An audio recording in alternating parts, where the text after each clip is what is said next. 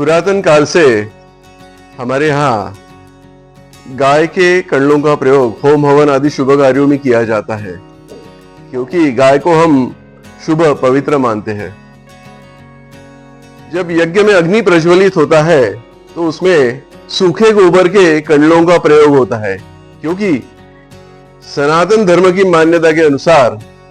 जब गाय के कण्डों का अग्नि में प्रज्वलन होता है तो उससे जो अग्नि निर्माण होता है उसे पवित्र माना जाता है। यज्ञ में हवन में देवताओं का आवाहन किया जाता है, तो उस आवाहनीय अग्नि जो है,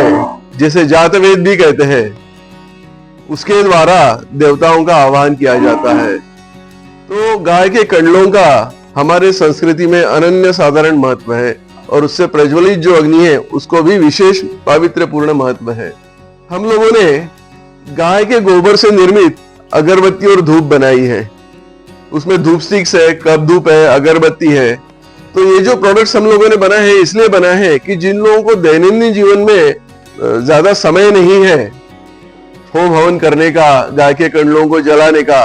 तो उनको विशेष सुविधा प्राप्त हो, ताकि गाय के गोबर से निर्मित जो धूप बत्ती है, अगरबत्ती है या कप धूप है, ये जो अलग अलग प्रोडक्ट्स है, ये जो इसका जो प्रज्वलन आपके घर में होता है, तो उस प्रज्वलन से सिर्फ सुगंध ही नहीं बल्कि पवित्र में वातावरण भी बनता है आपके घर में। तो इनके प्रज्वलन से सिर्फ सुगंध नहीं फैलती है, सुगंध के साथ साथ इसमें वास्तु शुद्धि भी होती है, क्योंकि गाय के गोबर के प्रज्वलन का विशेष पावित्र पूर्ण महत्व है। जब आप गाय के गोबर से बनी, जिसे हम गोमय धूप बत्ती अगरबत्ती बोलते हैं,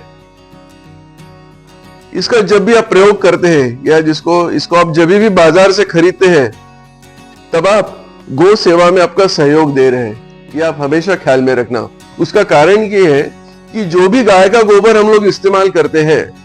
गाय के गोबर को प्रोसेस किया जाता है, उसको सुखाया जाता है, उसका पाउडर बनता है। तो ये सारी जो प्रोसेस है ये हमारी गौशालाओं में होता है। अभी ये जो आप गौशालाएं देख रहे हैं, जहां आप काफी सारी गाय देख रहे हैं,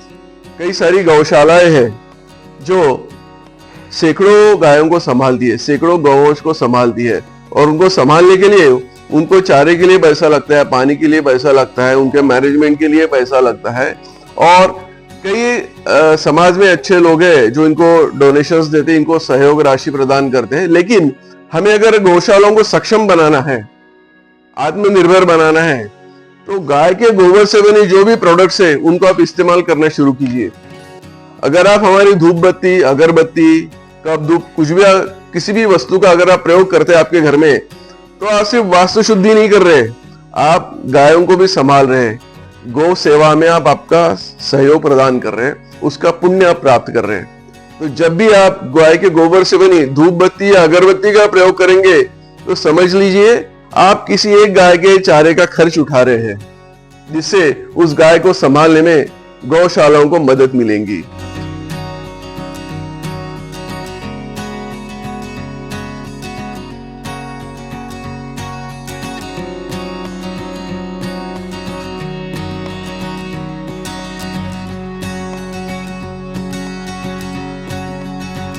तो आइए एक कदम बढ़ाते हैं गौ संवर्धन की ओर और हमारे सनातन संस्कृति की ओर।